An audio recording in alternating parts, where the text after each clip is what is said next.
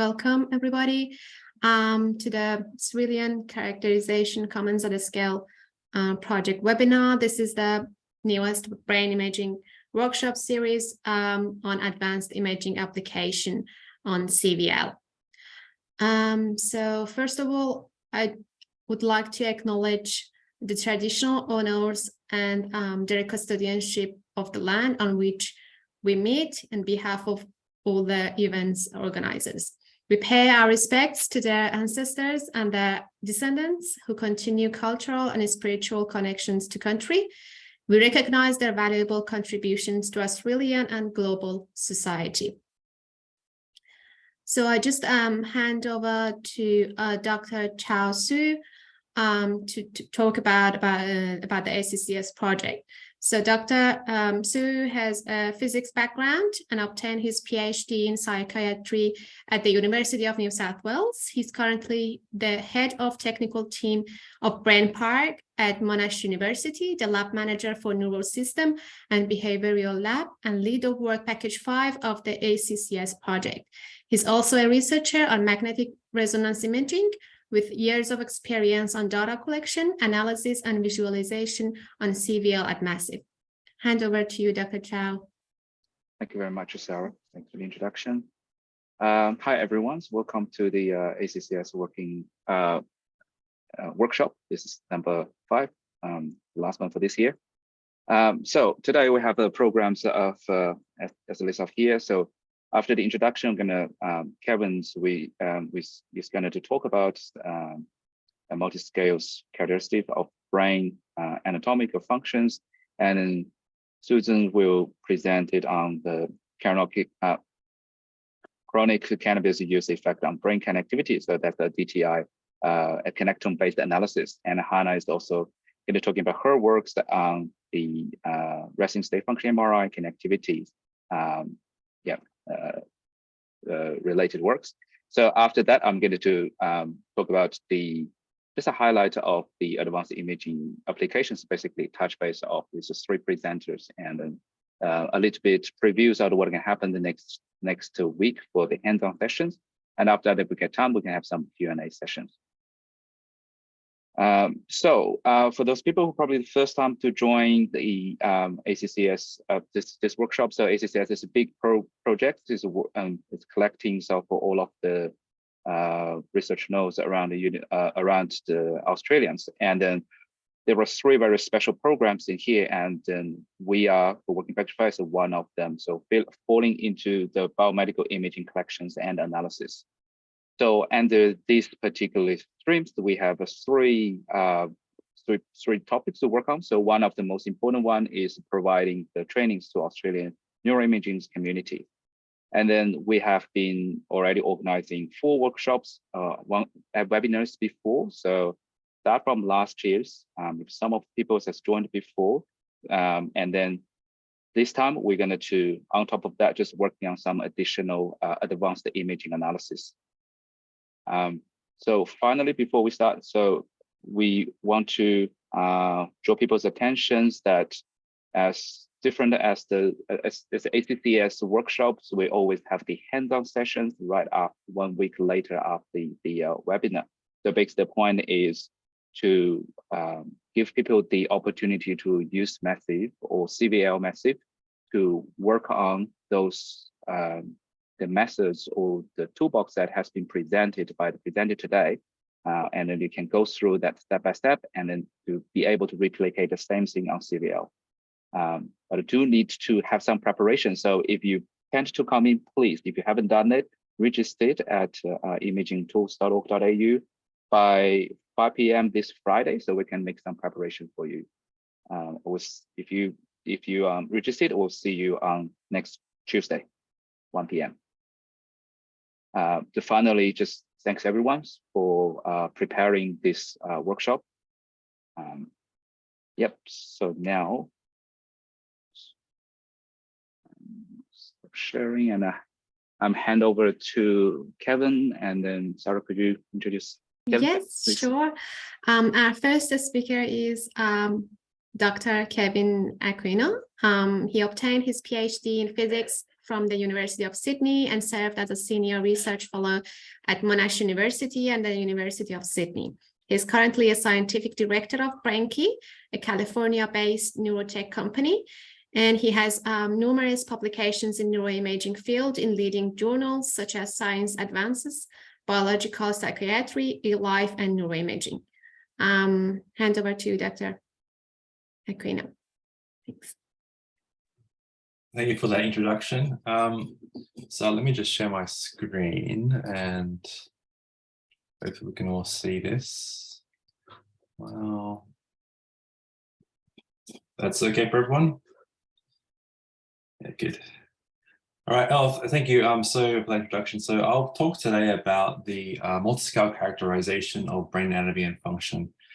So today I'll pretty much go through essentially a very high level description of about multiscale characterizations and how they can work in fields such as anatomy and function.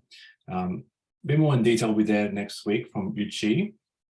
But so I just want to give you a very brief overview of what it's about, because it's a very new field and it's like very limited in publications, and I want to give something that's quite broad so you can all take this talk and understand the papers that are currently coming out at the moment. And as Sarah mentioned, that I'm a scientific director at BrainKey, so I guess I transitioned into from academia to industry. If you're interested in knowing that experience or want to chat, just send me an email, drop it at the end if you want to have a chat or something like that. I'm happy to always chat. Yeah, let's just start here. So basically, what is the rationale for all this? And the rationale really is that the brain exists in this, hierarchy of spatial temporal scales. If you look at space, or you look at neurons, or even lower than neurotransmitters, they're quite small on the order of millimeters to like nanometers. They're kind of like the central hub of all these type of functional activity, the building blocks really. So people often look at this in terms of patch clamps and all that kind of interesting stuff. And then also people going to sort of the ECOG and kind of a bit higher level, look at neural patches and a lot of really interesting structure, a lot of organization that's there.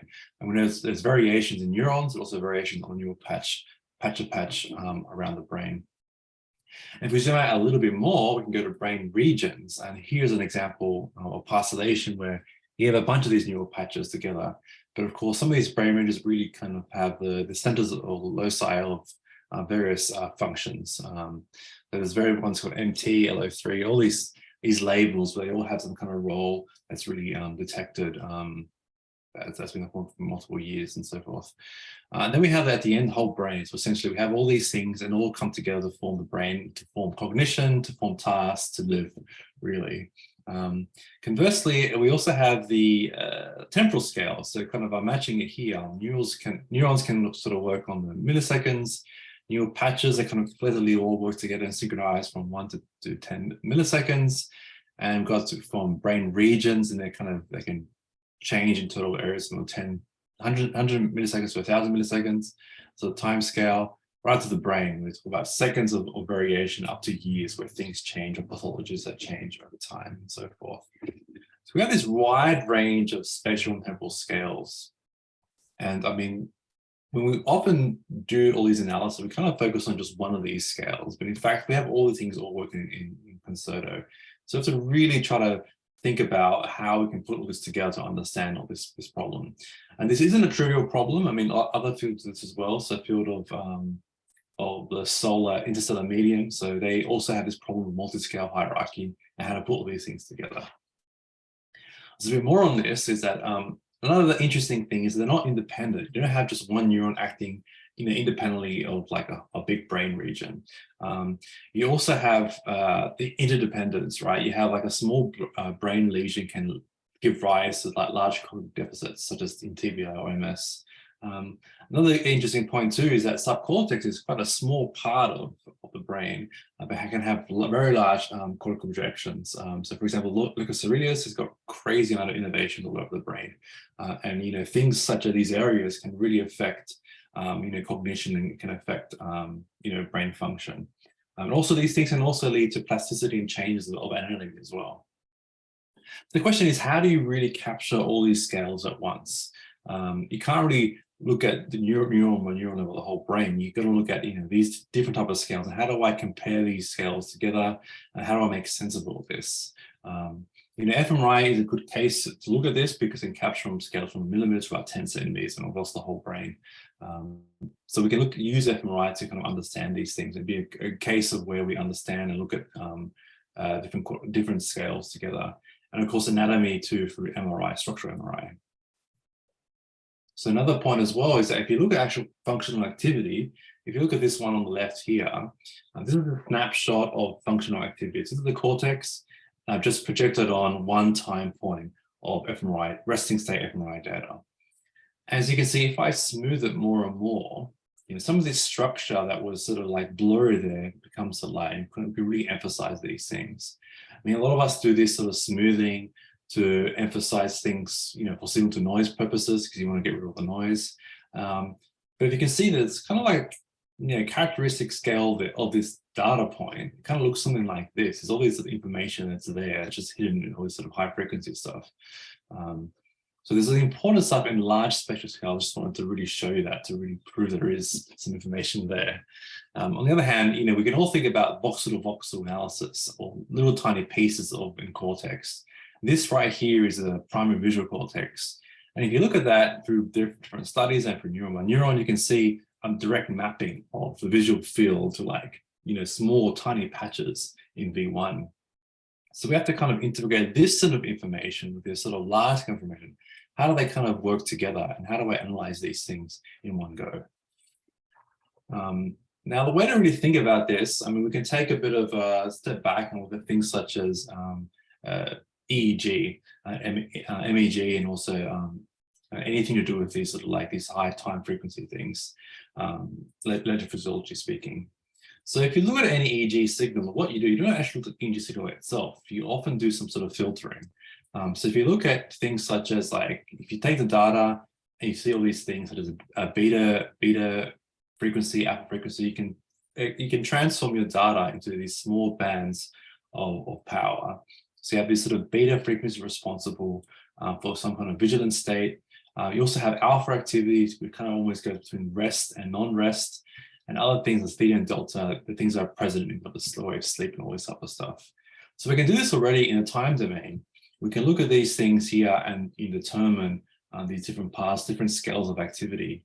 And often when we do EEG, for instance, look at alpha activity. And if we do this sort of this sort of temporal scaling, if we only focus at its alpha activity, look at the expression of this alpha activity, this sort of peak here, I can see here. That pretty much determines, we can see whether or not someone's awake or not. So when you're awake, eyes open, eyes and resting, this alpha peak, this alpha is dominating on your signal, and you get a very large peak here. As you open your eyes and have it be walk around a bit, this alpha activity kind of decreases back down. So this is determining a temporal scale, so 10 times per second around that time, and we can use the Fourier transform to determine these temporal scales here. So we need something like that for the brain. So you can think about this. You have this. I can make this to a flat line to a 1D cortex, and you can see here I have a cortical variation. It looks something like this, sort of like it's blotchy. We want to be isolating these high frequency stuffs, like in the temporal domain. We also want to isolate this very large scale stuff, which is sort of this sort of curve here and this curve here. Now, luckily, there is something that actually exists from physics. I mean, my background is in physics, but it's something that's really common in there to look at the spatial scales. So if we do something called the eigenmodes of the Laplacian Beltrami operator, this is a very big mouthful, but all it is looking at the modes or the building blocks of a geometric system. So we can take this surface and we can look at the building blocks of these modes of this geometry. And so what I'll show you here is that how we can use this to look at scales, and then how we can apply it. So if we take this function here, let's just think about a building block. We do this, put it into our methods, we find a building block, and we find different patterns of variation. This kind of corresponds to the dominant patterns of the main axis of these geometry. And what it turns out is if you do this sort of function, just like when you look at, 10 hertz, 20 hertz, all these things, and they're all kind of unique patterns. And so you kind of have, when you do this eigenmodes of the geometry, you end up with these large scale patterns, and they get finer and finer and finer scales. As well, they're also linearly independent. So this pattern can be seen as a linear combination of all these patterns here. So I'll show you explicitly here. So this one can be essentially the weighted sum of this big constant eigenfunction plus this eigenfunction plus that one and so forth. So then we can represent this real large information into essentially a bar graph, where you say the expression of the large scale down to the smaller and smaller scales. Just like you think about a power spectrum in an EEG, you can think about the alpha peak, all that kind of stuff. This is telling you the large spatial peak, so forth, so forth. So we can use this to actually understand this and treat, we can treat all scales by having, like, you look at this bar graph to the large scales and down to the smaller scales. Another thing we can also do is something called the eigenvalue analysis. So this analysis of the geometry gives rise to these eigenfunctions and these eigenvalues, like in a pair. So the cool thing about this is that, these patterns have this this eigenvalue, and their eigenvalues themselves are actually specific to the actual geometry. So I didn't mention that before, but if you change this geometry, you change these eigenfunctions. If you change this geometry, but change it to a sphere or something, you change these actual values here. So you can see here, I've got an ellipsoid and a helmet surface. Funny name there. But you can see here, I have two different eigenvalue sort of curves. So I can change that geometry, these geometries, into these curves. And these kind of act as a DNA, so to speak. So each surface has its own special set of these eigenvalues. And so we can use this and we can classify it, this is different surfaces. We've got a cat here, we've got a human, a man, a woman, a centaur here. I think I don't know what the hell that is. Something's like a mermaid or something like that, or a shark. So you can use these eigenvalues to now uniquely define all different surfaces. That's really the cool thing about the scale analysis. We can take this, look at these functions, and also to transform this into these bar graphs. And also uniquely, we can determine the structure of these surfaces, and they're kind of ordered as well in terms of this is the large scale here into this finer and finer scale here. And another point too is that why this is like seems like a very weird mathematical topic that you'd be like, what's all this about? Kind of, is of course, another way of expressing data. But if you actually look at the eigenfunctions themselves, the lower order ones, and you compare them to large scale patterns in genes, in myelination, cortical thickness, DMN, time scale analysis, you kind of see these are all very large scale patterns. And some of these actually kind of correspond, look quite close. Let me show these ones here. Look quite close to these patterns. So there is some large scale behavior here. And of course, we can use this analysis to put this all on the same footing. We can use the same analysis techniques to look at the scale of significance on all these different types of patterns. So I'm now going to talk about some brief applications, and then we'll wrap it up from there. So the first one I'm going to talk about is using the eigenvalue analysis. This is a work by Uchi Chen, and it's now published in eLife. So what he did here in his PhD was, essentially, you can get a cortical surface and you can look at how unique that is for one particular subject. There's a bit more analysis there, but that's a general idea. So you can look at how does one kind of shape DNA of one surface compared to itself and to a different subject. So I'll explain this matrix here. So this DNA strand, you can look at this particular subject, and you can look at this subject at a different time point. There's 2 time points. This is using a certain number of the DNA strand. I can use more and more of this strand, the shaped DNA strand. Look at this one. This makes more sense here. So I can correlate essentially the strand at one time point and the second time point, time 1 and time 2. And you see this diagonal line here. It means that you can really identify yourself, after multiple sessions compared to a different subject. And this point here is very, very clear. I'm looking at the correlation of my shaped DNA strand to my second time point, also everyone else. And so here, you can characterize these diagonals off diagonals to determine how unique and how identifiable your DNA strand is. So we find it's up to 99% of very high accuracy, almost 100%, I would say. And we also find is that when you take out this kind of strand, you only need about 104 of them. And that corresponds to a shape that looks like this. So if you want to correspond or correlate the actual, the scale of the anatomy that matters, it's something around this sort of around here. So we often think that, that if you look at, for example, this sort of brain, which is very, very high convoluted, has all this nice structure, we think that's very, very unique, determined between 1 or 2 subjects. It turns out this is very, very unique. It's so unique, you can even determine within twin pairs.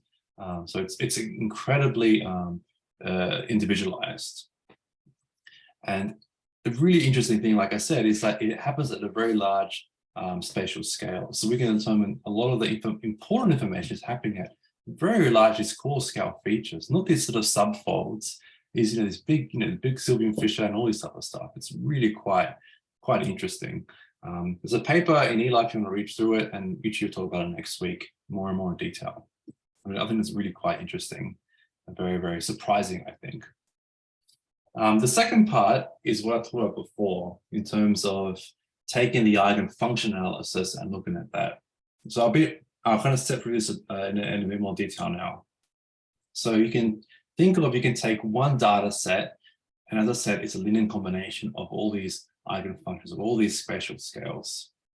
Now, if I do that and put it back together, I can take this data point here. This is a subject from the HCP, or data set from HCP. It's the murder task, one of the murder tasks.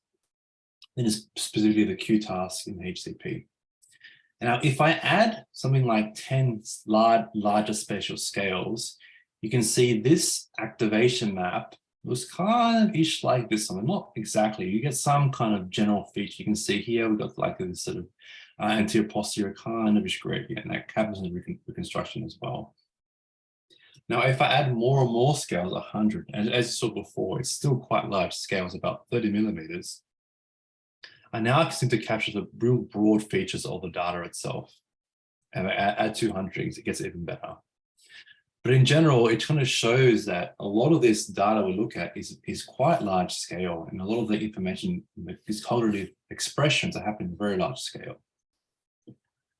We can, of course, reconstruct any pattern. This can go to infinity, but it's showing like a very, very, it happens, we're still at a very large spatial scale before going anymore. So it's very large scale. So I'll show you another one example here, is that we repeated this for all the big tasks in HCP, which of course are present on CVL. And you can see this sort of pattern happen for all these tasks. We also look at functional connectivity of resting state, and we find that you only need, about 100, or you can go to 50, whereby the data looks very similar to this reconstructed, like a smooth version of your data. So we can see that resting state functional connectivity happens, all these things are happening at a very, very large core scale, most of the variants. And if we look at actual power, so how we talked about before, we had alpha power, beta power, all these things. If we look at the equivalent of power in the eigenmode setting, in the spatial scenario, you see most of the power is dominated at very large spatial frequencies. This is the log scale. This is getting quite small, right? So it's about 60 millimeters, it's about 40 millimeters here. So you can see here that most of the activity is really dominated here, most of this power. And as well, we repeated this in Neurovolt, so over 10,000 tasks on Neurovolt. So again, we're showing by doing this spatial analysis, by doing this scale analysis, most of the action is happening at very large core spatial scales. all these general things. Of course, I'm not saying everything's happening there. There's a lot of activity happening there. Now, I want to bring it back. Why is this cool? Why? It's just an artifact. It's just showing something that, you know, is sort of, I guess, true. And I'll say no, because what I like to think about this is that if we were to have a 1D cortex, you can see here, idealized, and we have this big effect, the purple line. Now, traditionally what's done in most statistical analysis techniques is that you look at voxel by voxel and you see whether or not its effect is related to some behavioral metric, to some task. And then you say, when you pass that threshold, essentially you have the locations of a circuit. You know, so you can then call our circuit being this circuit, this circuit, this circuit. That might be the case for a lot of things, but there's likely also another underlying pattern here, this purple thing here. And that's what the scale analysis really wants to get at, is to understand, to isolate this big, large spatial scale. Because we do have these circuits that are very, very important, and that makes complete sense. But I'm saying there's nothing else that we can look at. We also look at these large scale projections. Because in some instances, things such as, you know, schizophrenia, MCI, as other things such as depression. There's been multiple studies that look at the common loci where things happen, and it seems to be very heterogeneous. So things that just seem to be above this effect threshold. Most likely in cases like that, we might actually have this underlying large effect, which is actually at play. We're going to really isolate that. And so that's what this analysis really tries to get at, this extra bit of information that we really want to be understanding. So like I said, this was very high level. I didn't want to go too much in detail, but the summary again, I'll read it again. There's large spatial scales and there are multiple scales we should be looking at. This scale analysis really lets us do this, this course information. Uchi's talk next week will show you this in detail, wrap your head around this sort of stuff.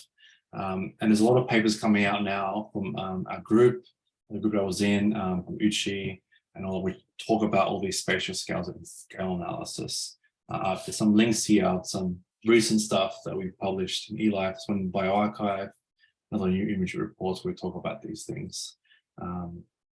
Yeah, so last I just want to acknowledge Uchi Chen did a lot of this work of the anatomy, really great work. He just finished his PhD as well last week. I don't know why he's still here. He should be taking a good break. James Pang, who did the work on, who co-first author with me on this paper here on the functional stuff.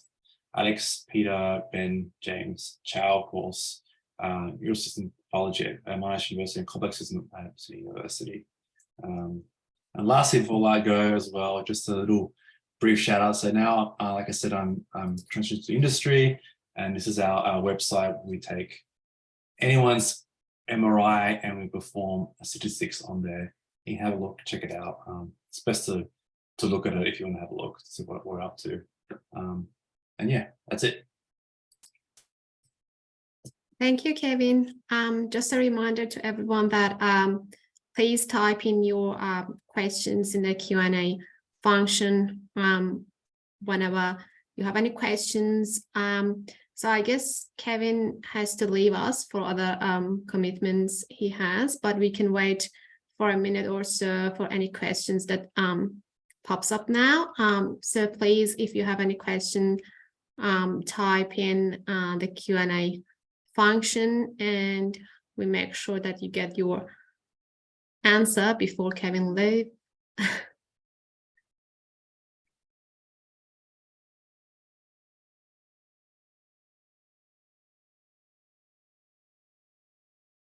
Or you can raise your hand and I can actually bring you up and you can ask your questions if you have any questions.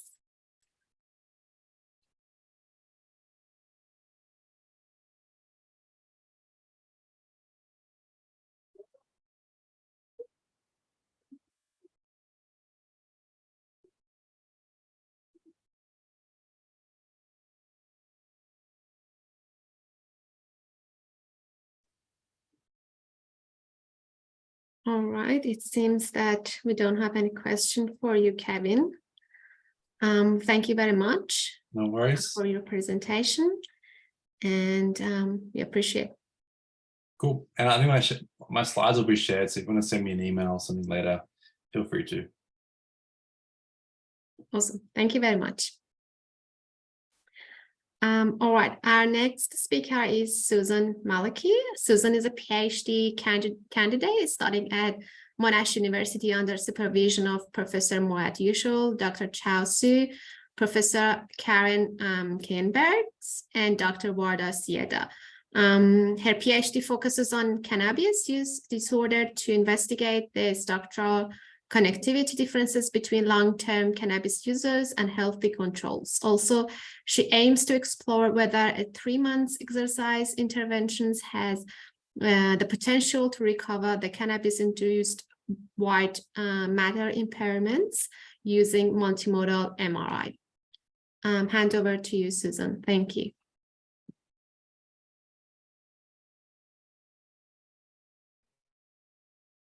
Thank you, Sarah. Let's see.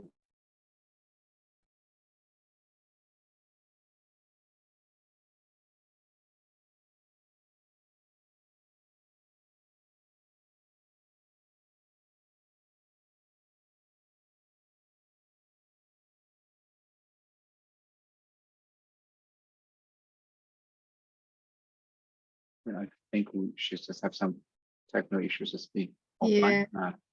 She's She's joining again. So yeah, here you go. Oh, yeah, all good. All good, Susan.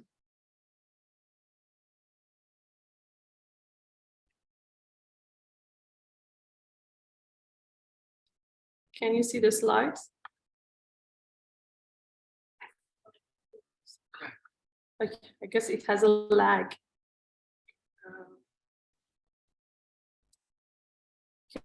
Hello, everyone. I'm Susan, and thanks for joining this webinar. I'm going to talk about the structural connectivity differences between long-term cannabis users and healthy controls. The outline of presentation today is I'm going to talk about the adverse effects of cannabis on brain and positive effects of exercise on brain, the research gap, our designed intervention.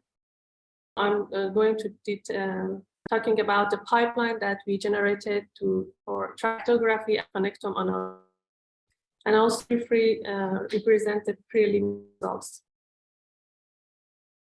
So cannabis has been used for almost 5,000 years. Over 180 million people use cannabis globally, and the consumption rate of cannabis is increasing across all ages, which is concerning. Our body produces its own cannabinoid through endocannabinoid system. This system regulates all functions such as appetite, sleep, neurogenesis, neuroplasticity, and also it keeps the balance between inhibitory and excitatory activities. So when our body is exposed to cannabis, the rest of this system is disrupted.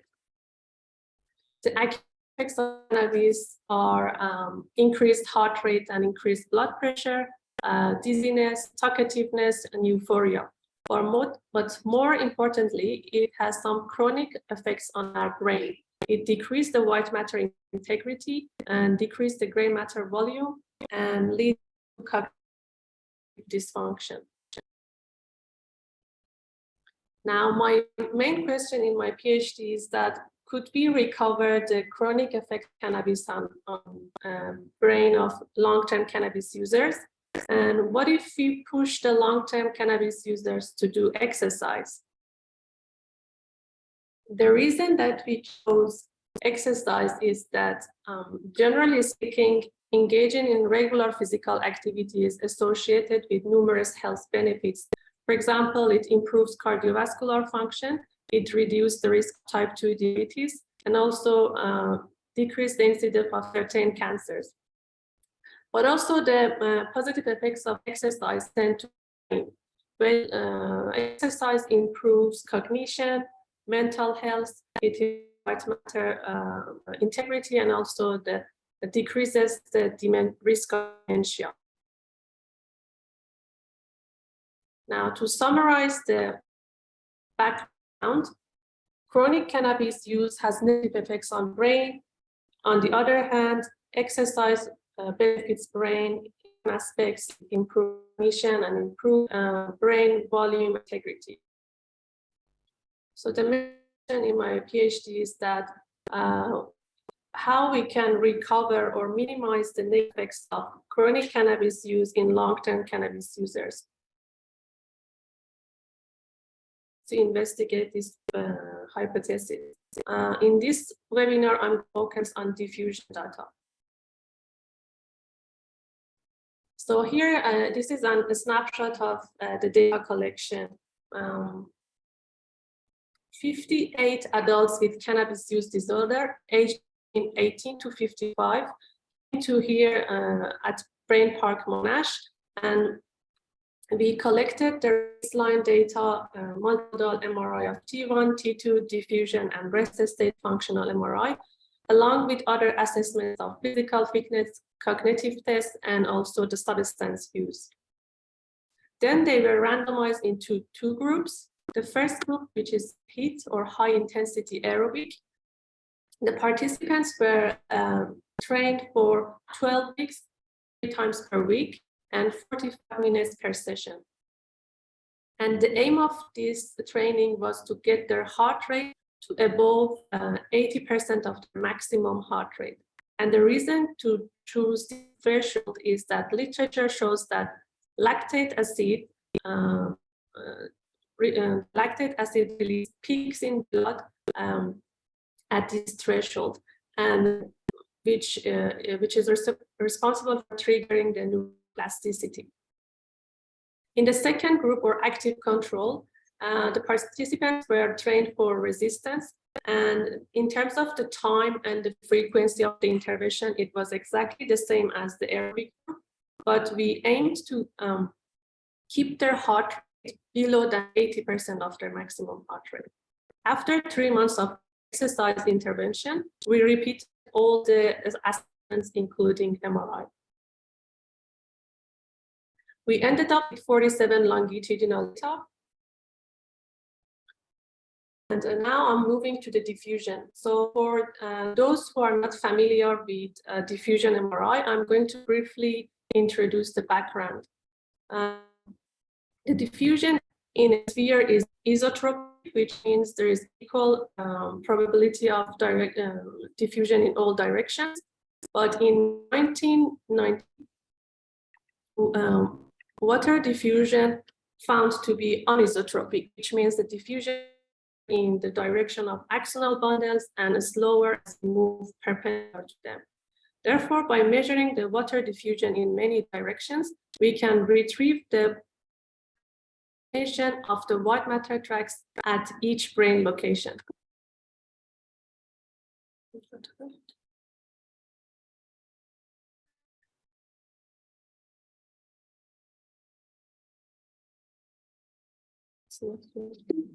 Huh? Sorry, again, it doesn't go to next.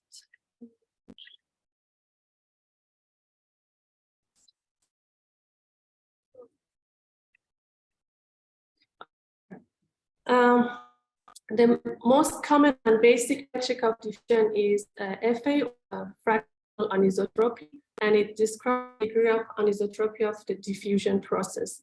This is an example of raw diffusion image, and this is an example of FA color-coded, where the red color the diffusion across the axis, the green shows the diffusion of water molecules across Y, and blue color shows the diffusion of the direction of diffusion across Z, or from superior to inferior. With also advanced methods, we can reconstruct the white matter tracks using tractography. Now, this is a review of the tractography and connectome analysis for our project. All individuals' raw diffusion and T1 images were collected at Monash. They were pre-processed, and then we computed response functions and took the group average. T1 image was registered to diffusion space, and we get a brain mask. Then we upsampled our diffusion data to get the better results. Once we have the upsampled diffusion, the response function within the brain mask, we computed the distribution of fiber orientations using constrained spherical deconvolution method, which I'm going to talk about in the next slides. Then we segmented our T1 image to 5 tissue types: cortical and subcortical gray matter, white matter, and also CSF. Once we had the tissue type image and our FOD ready, then we computed the tractograms at whole brain level. We used anatomically constrained tractography method with probabilistic, and we computed 22 million tracks across the whole brain. On the other hand, we pre-processed T1 images using FreeSepper, and then we computed the parcellations or gray matter subcortical nodes. Once we have nodes and we clean or filter the tractograms, we computed the connectivity matrix. Can you see? Okay. Now let's start from the scratch. So all our data is saved in Monash XNAT platform.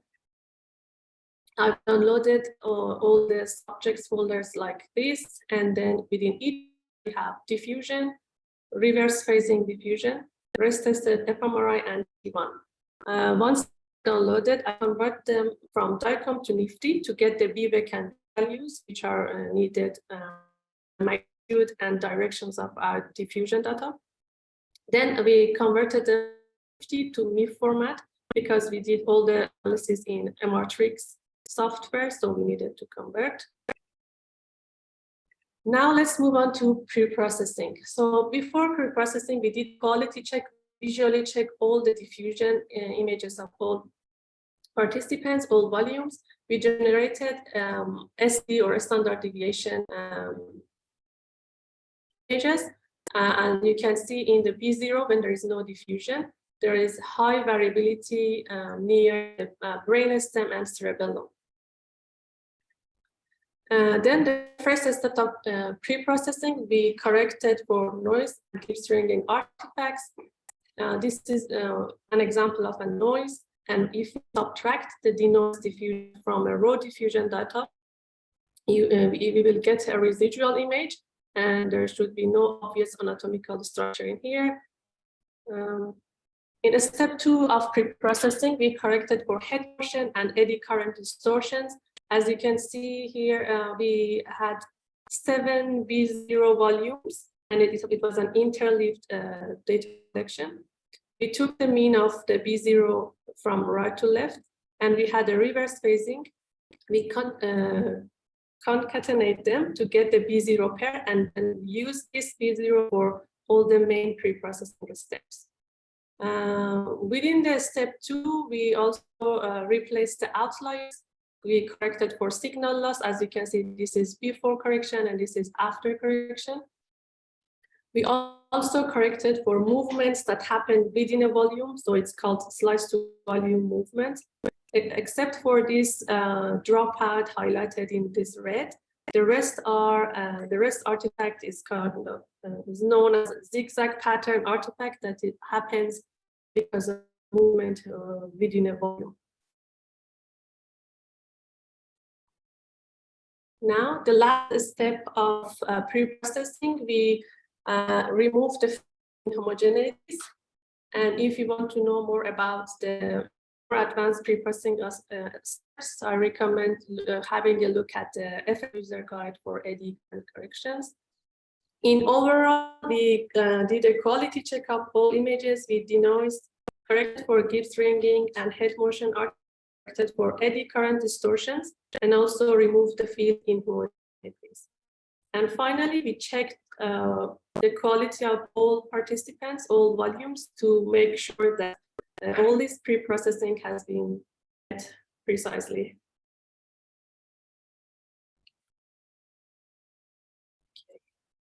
Okay. Now we've got after we pre-processed our data, we computed the response functions. So for tractography, we use constraint spherical decomposition, CSD method. This estimates multiple fiber directions within a voxel, or in other words, it corrects for crossing fiber issue within traditional methods. And also we use single shell tree, which it decomposes the diffusion signal into white matter, gray matter, SF elements, and this is for to correct for potential volumes of gray matter and CSD. Now, a prerequisite to do this CSD, single shell tree tissue, is functions. Response functions are kernels that models the expected signal for a voxel containing a single oriented bundle of axons or white matters. So here is an example of white matter, a response function. It looks like a donut, and gray matter and CSF sphere. First, we computed the individual response functions using Dolander algorithm, and then to think group analysis, we took average of all individuals' response functions to use a unique response function tractograph. Then we check the output. So this is the group average response for white matter tissue. When there is no diffusion or B0 image, it looks like a sphere. And when we have diffusion, the B value 3000, it looks like a donut. Next step, we upsampled our diffusion data from 2.2 to 1.3 resolution. This is recommended to get a better outcome. Then we extracted the brain. Then we extract, can you see slides? I guess it had like, okay, so we extracted the using HDBED software. This is very quick and precise method. It's less than a minute to do this, and it creates an HTML output to do quality check. Then from output of our HDBED, the brain mask, we register it to diffusion space, and we overlay the mask from diffusion data to do the quality check that it works perfectly. Now that we have our upsampled diffusion data, our brain mask, and also we've computed the group average response function, we computed the distribution of fiber orientations using CSD method. And again, it's color coded here to see the different directions of diffusion. We also corrected the output for global intensity. Next, we register T1 image to diffusion based on boundary-based registration. So we segmented the T1 image using FSL fast to white matter, and then we threshold the partial volumes of white matter above 5, and then binary to get a mask called white matter segmentation. Then we register upsampled B0 diffusion into T1 space using boundary-based registration. The output is a transformation matrix. We got this transformation, inversed it, and applied to T1 for our further analysis in 3-surfer and 5 division, which I'm going to talk about in the next slide. Now, anatomically constraint tractography. So before that, we need to create our 5 tissue type segmentation, which is needed for anatomically constrained tractography. It gives us a prior biological knowledge to precisely know where to stop or start the reconstructing of the water tracts. These are our tractography parameters. The angular threshold was 4, the maximum length reconstructed was 250 millimeter. The cutoff for our FOD values, and we started at a gray matter white matter interface.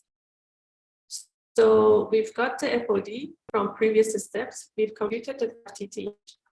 Now we can compute the anatomically constrained tractography. And once we've made the track filtered in SIF2 to normalize the number and accuracy of the reconstructed white matters. This SIFT output provides the weighted factor for each streamline that will be applied on connector. So once we've cleaned the tractors, we reconstructed the white matter bundles across whole brain, as an example like this video.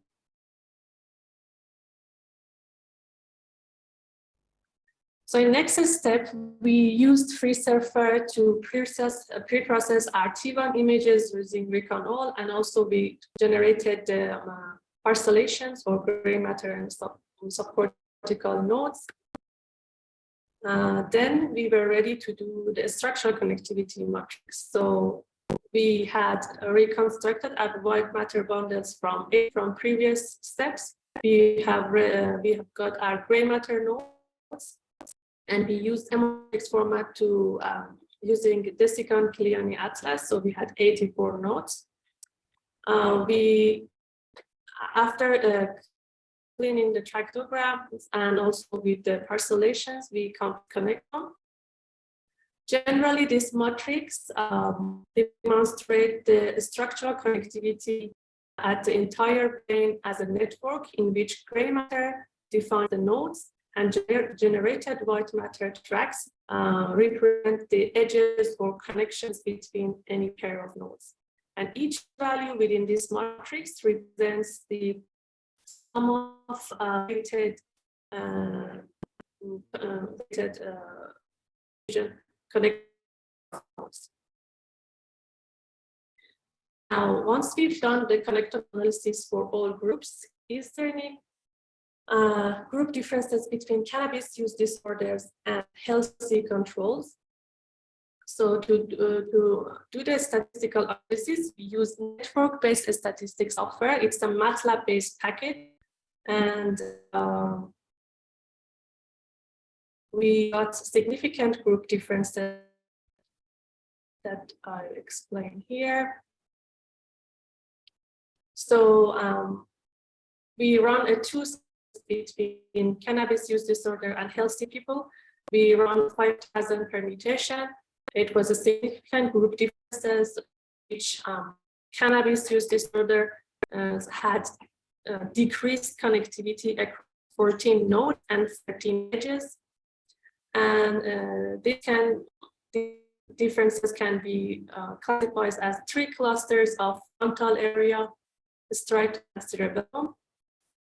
So our preliminary results shows that people with cannabis use disorder have problems in decision making and memory. This is the cross-sectional result that I presented here, and we are currently working on the longitudinal results to see that if exercise has recovered the matter in cannabis use disorder. Special thanks to my supervisors and helpers, the data collection team, and everyone. Thank you. Thank you, Susan. It's a nice presentation. It's really good to see what effort you've done so far. So I don't see any question in the Q&A function here, so we can just move on to the next speaker. And if you have any questions, just feel free to type it in Q&A function, so we'll make sure that answer your questions at the end of the webinar as well. All right, so our next speaker is Hannah Thompson. She's a PhD candidate at Australian Catholic University under supervision of Associate Professor Valentina Lorenzenti and Dr. Chao Su. Her PhD focuses on brain changes associated with cannabis use disorder, utilizing CVL at Massive for analysis of neuroimaging data. Additionally, Hannah has completed a Master of Clinical Neuropsychology and is now working towards endorsement as a clinical neuropsychologist. Hand over to you, Hannah.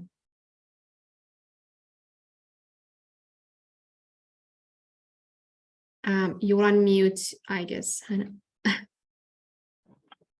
There we go. Thank you very much. Is that my slide that's showing there? Yes. Great. Yeah. Okay, good afternoon, everyone. My name's Hannah Thompson, and today I'm presenting one of the studies from my PhD. And it's great to be here at ACCS alongside Kevin, Susan, Yuchi, and Chow. So this study involves examining brain changes associated with cannabis use disorder using resting state functional connectivity data, which was analysed using CON. So as Sarah said, my project is based out of ACU, where I'm supervised by Associate Professor Valentina Lorenzetti, and I'm also supervised by Dr. Chow Su.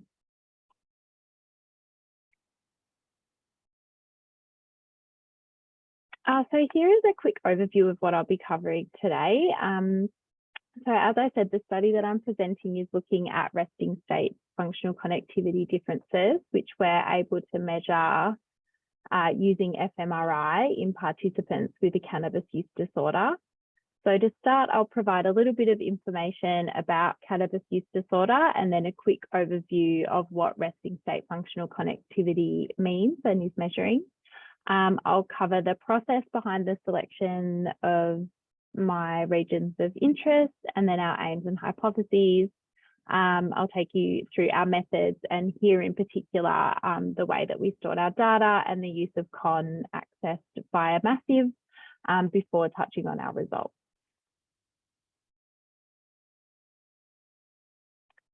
So cannabis use disorder is characterised by an inability to voluntarily cease or reduce cannabis use despite a desire to do so or in the face of physical or psychological harms. It's been estimated that there are approximately 22 million people worldwide who meet the diagnostic criteria for a cannabis use disorder. So for these individuals, cannabis is associated with a host of negative psychosocial and health outcomes. So this includes comorbid psychotic disorders, mood disorder, reduced cognitive ability, engagement in risk-taking behaviour, and development of other substance use disorders. So residual neurobiological changes to brain structure and function associated with ongoing cannabis use are thought to underpin these identified psychosocial differences. And so within this context, the term residual changes refers to changes that persist beyond an intoxicated state.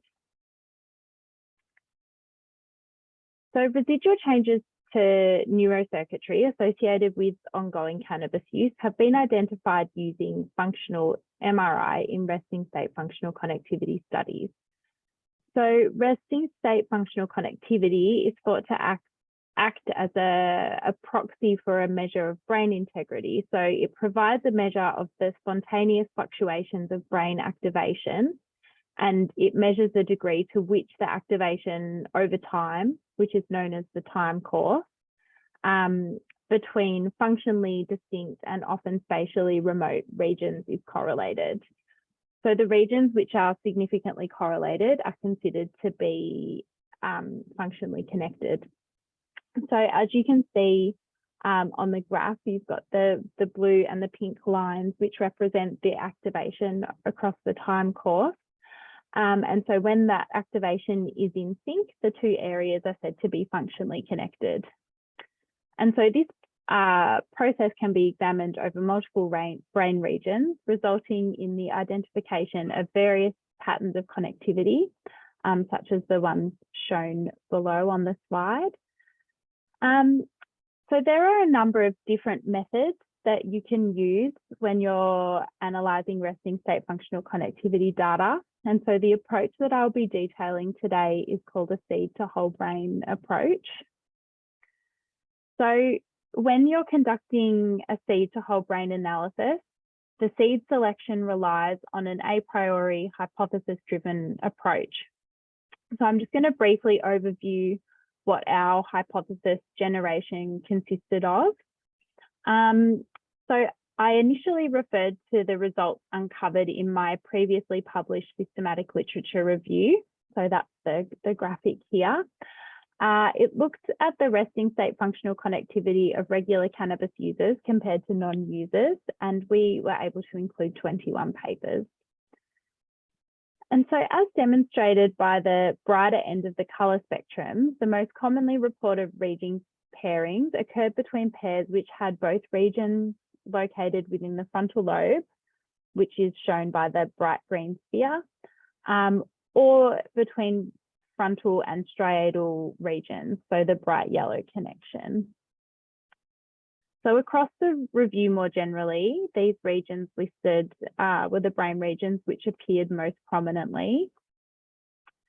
And these regions also largely overlap with brain areas that contain the highest density of endocannabinoid receptors. And these are the receptors that specifically react to the endocannabinoid delta-9 tetrahydrocannabinol, which is commonly referred to as THC, and is the main psychoactive compound in cannabis.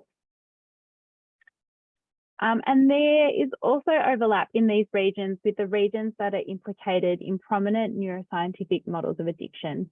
So this is where dysfunction of many of these regions is thought to underlie the various stages of addiction and to be associated with addiction-related process such as impulsivity or executive dysfunction.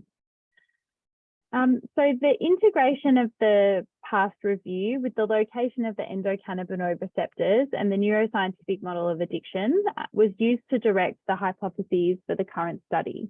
So these regions became the seeds in our seed to whole brain approach. So we aim to examine the resting state functional connectivity differences in individuals with a diagnosed cannabis use disorder versus controls. And we hypothesized that the seed-based functional connectivity would be significantly altered between region pairs, which the literature indicated were most likely to be altered in cannabis users. So they were the regions that I just outlined. We also aim to explore relationships between the metrics of cannabis use listed there on the slide, and potentially identified resting state functional connectivity group differences to attempt to understand what might be contributing to or driving the identified differences. So we applied a very rigorous inclusion and exclusion criteria to ensure that our sample was made up of people who exclusively and heavily used cannabis. So this meant that they smoked nearly daily for at least a year, and that they had tried unsuccessfully to quit or cut down at least once in the last 24 months. We also applied a stringent exclusion criteria to eliminate as many confounding variables as possible, and our participants were recruited from online and community-based flyers which displayed the criteria.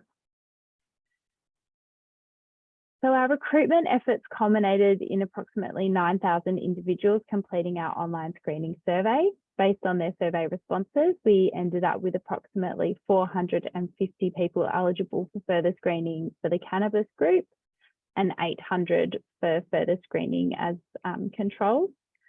And so from these participants who were contacted for further screening, we ended up with 72 cannabis users and 45 non-users attending sessions, which was further cut down to 65 cannabis users and 42 non-users following some necessary retrospective exclusions. So during the data collection session, we utilised this comprehensive test battery. And then, as I've detailed, our main outcome variable was the resting state functional connectivity data. So our MRI images were acquired using a Siemens Skyra 3T. During the resting state functional connectivity data acquisition, our participants viewed the fixation cross, which you can see on the slide. This is pretty common practice. And they were provided with the instruction, the next scan will take about 10 minutes. Keep your eyes open, try not to think of anything in particular, stay relaxed and try to keep your head still. We also utilised a camera fixed on the participant's eye throughout, just to confirm that our participants stayed awake during the scan. So this is a screenshot here from XNAT. So XNAT is an open source imaging informatic platform, which is designed to support imaging-based projects, and the raw data files from the scanner are stored on XNAT. So this is a screenshot of the raw data files of one of our participants. So you can see the information about where the scan occurred and all of the acquired files. And there are a number of scans on here which were collected as part of the larger project, which I won't detail here, but you can see that the T1 and the resting state scan are on there. So these are the raw data files, are commonly called DICOM files, and this stands for Digital Imaging and Communication in Medicine. And this is the standard structure used for storing and transmitting medical images. So the DICOM files are then uploaded to Massive. So CVL Massive, of course, being the remote desktop environment, which enables the use of imaging tools such as CON. So this screenshot here is of the raw DICOM files stored in a folder on Massive, of which you end up with about 400 per participant. So this is how they appear once exported from XNAT. So as you can see, there's a lot of confusingly named files. You don't know right away what you're looking at. So in order to make sense of this data, they're converted into bid structure using DICOM to NII. And so this is that same data presented using bid structure. So as Xiao mentioned at the start, there's a past workshop available to view on bid data. So for today, I'll just kind of quickly go over the details. So BID stands for brain imaging data structure. So it's a de-identified and intuitive system for storing and labeling data files. So as you can see, it's clear what data belongs where. You can see the subject ID, the session, and the JSON and the NIFTY file. So the JSON file contains all of the specific information about the scan, and then the NIFTY file contains all the slices in a 3D format, rather than the hundreds of 2D slices that you get in the DICOM. So the BIDS files are then uploaded to CON for analysis. So I'm now going to take you through how to open and use CON. So to open CON, you need to start from Massive. So this is an open folder on my Massive desktop. So you right click, you open up a terminal window, and then you type in the following commands to load the correct version, and then you're able to open up MATLAB. So when MATLAB opens, you first set the path to a CON script that you have saved on your Massive desktop, and the CON script is available online for download. You then type the command CON into the command window to launch the program. So this is the window that greets you when you successfully launch CON, which I always feel like for me is an impressive achievement. So from here, you can select new to upload your BIDS files, or open to open an analysis set that's already set up. So when you click new, you're prompted to name your project. You're then taken to this window. From here, you're able to select the number of subjects, the number of sessions, the repetition time, if that's applicable, and the acquisition type. So from here, you're also able to import the BIDS file that you have saved on Massive into CON. So you just go into Tools, Convert, Import, and then from your BIDS data set. And so this is what you're able to view once the files are uploaded. So through here, you're able to select your pre-processing pipeline. So things like splice timing, co-registration and smoothing. And then you're also able to run your quality checks. So predominantly looking for motion and motion outliers. You're able to view your ROI options, the conditions if applicable. So for a cross-sectional study, this wouldn't be necessary necessarily. And then the first and second level covariates. So these are the regressors from the pre-processing in the first level. And then you can also enter things like age, sex, group, and things like that to a general linear model. Via the denoising, you can have a look at the pre-processing changes that have occurred to your data. And then the first level analysis lets you look at your data on a participant specific level. And so then finally, you can then also go into your group level results. So this is the second level. So from here, you're able to select the covariate that you have also uploaded and would like to control for, and you're able to set your contrast. So I've set the controls as 1, the cannabis users as -1. So for this particular analysis, the covariates were age, sex, alcohol and nicotine use and depression scores, with the covariates all entered in with the contrast 0. So this is how Con is able to control for them when running the group differences. You're then able to select your hypothesized seeds one by one through this list seeds/sources and run their group analyses. And so that takes a minute or 2 per seed. So for this example, I'm going to select the right accumbens seed. So you select that seed and then you click display results. And then if you have got a significant group difference, this is the sort of graphic that you're able to see. So if there's no difference, then these 3 small brains are kind of all white and you don't have any of the numbers down here.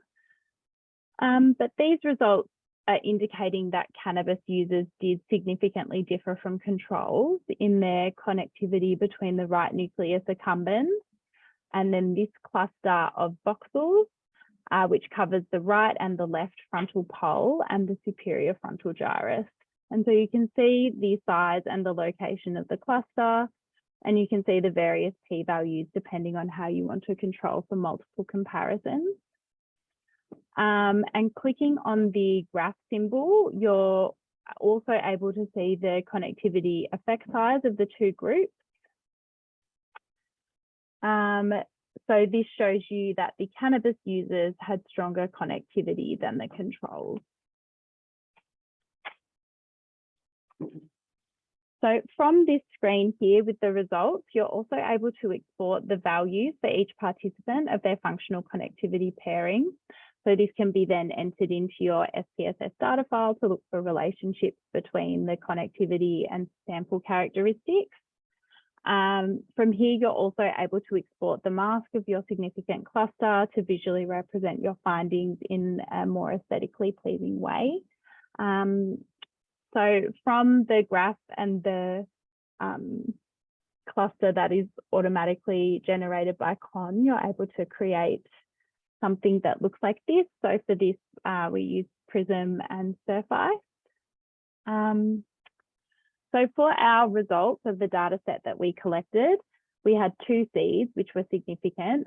So these survived a false discovery rate correction and a Benjamini-Hochberg procedure. So this is the first of the significant pairings, which is this right nucleus accumbens seed with the frontal pole cluster. So you can see the seed in the dark red and then the cluster with that kind of red to yellow into the peak in both of the views. The second of the significant seeds was located in the right pallidum. So you can see that in the aqua blue. And that was paired to 2 different clusters. So cluster 1, you can only see that on the posterior view out on the superior and inferior occipital cortices, and then cluster 2, which is tucked into that intracalcarine cortex. And so similarly to the nucleus accumbens seed, you can also see here that the connectivity between the pallidum seed and each of the clusters was stronger in the cannabis use group than for the non-users. So in particular, the frontal accumbens pairing was in keeping with our hypothesis, as this was the most prominent pairing from the review. And of interest, both of the areas, along with the ventral tegmental area, are key components of the mesocorticolimbic dopamine pathway. And these pathways underline processes of reward and pleasure and executive function. So we thought that this finding suggested that regular cannabis use could be associated with neural alterations to the neurocircuitry important to addiction-related process, and that ongoing THC exposure may perturb the dopamine system, resulting in an impact on the spontaneous fold fluctuations of the region. Now, the VTA itself is not actually a seed that you're able to select using the default parcellation atlas that CON utilizes. However, if you're able to track down the coordinates, the MNI coordinates of a region that you're interested in looking at, in this case, the VTA, you can add it as a standalone seed for a post-hoc analysis, which is what we did. So if you return to that ROI selection in the CON GUI, you can see that imported VTA seed and where it sits in the MNI space, although this image itself isn't particularly useful without the brain kind of around it showing you where it sits. But that ROI becomes available for selection along with the other default seeds from CON's selected atlas. And so then, interestingly, this VTA seed also demonstrated altered connectivity between that similar frontal pole cluster, which was also really exciting to see. And then just lastly, our secondary hypothesis, which was looking at the relationship between the identified connectivity alterations and cannabis use metrics, has not yet revealed any significant findings. However, this data is still being reviewed. And that is everything for today. So just an extra big thank you to Chow for all of his support and wisdom. Yeah, and that's everything from me.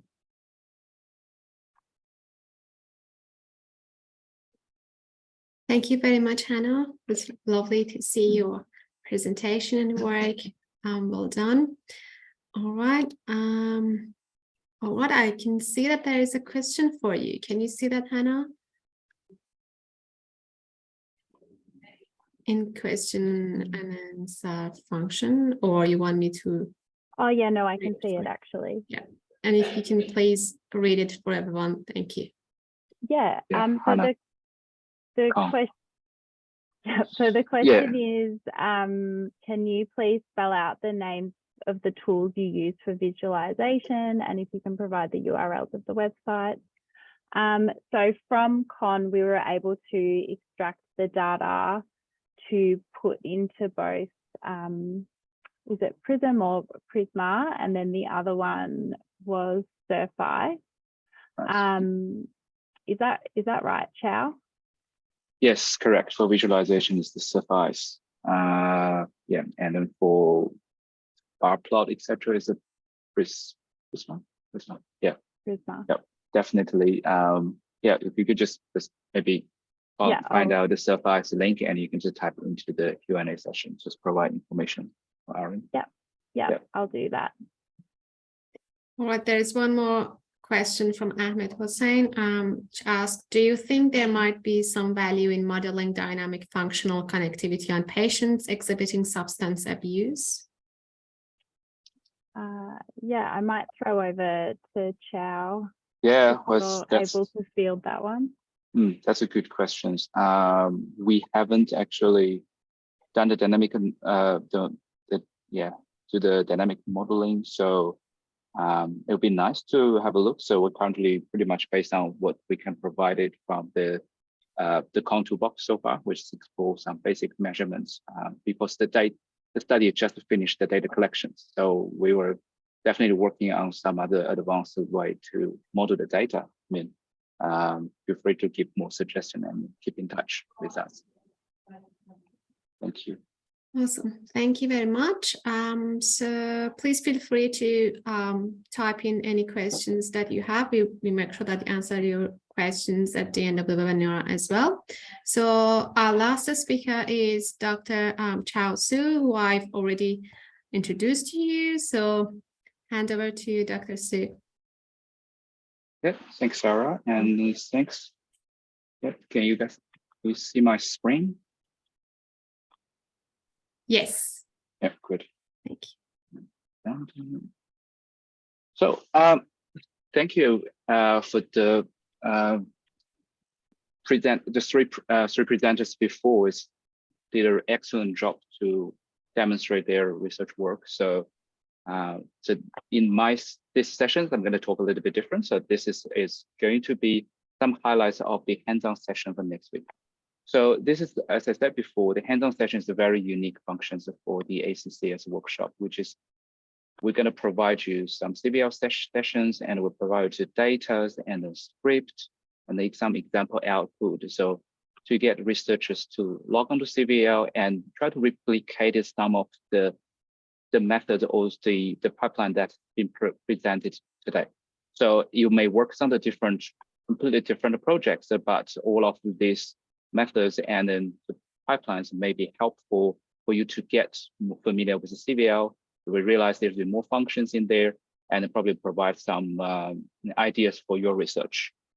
So I'm going to organizing this just roughly in this way. After a brief talk about the rationale of the ACCS workshops, that are going to separate based on the three presenters. So we're going to talk about eigenmode and then the DTI-based connectomes and resting state function MRI. So focusing on the methods that the presenters used before.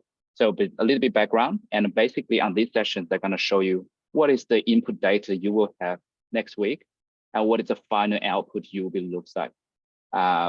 Finally, after everything's done, next sessions on the hands-on.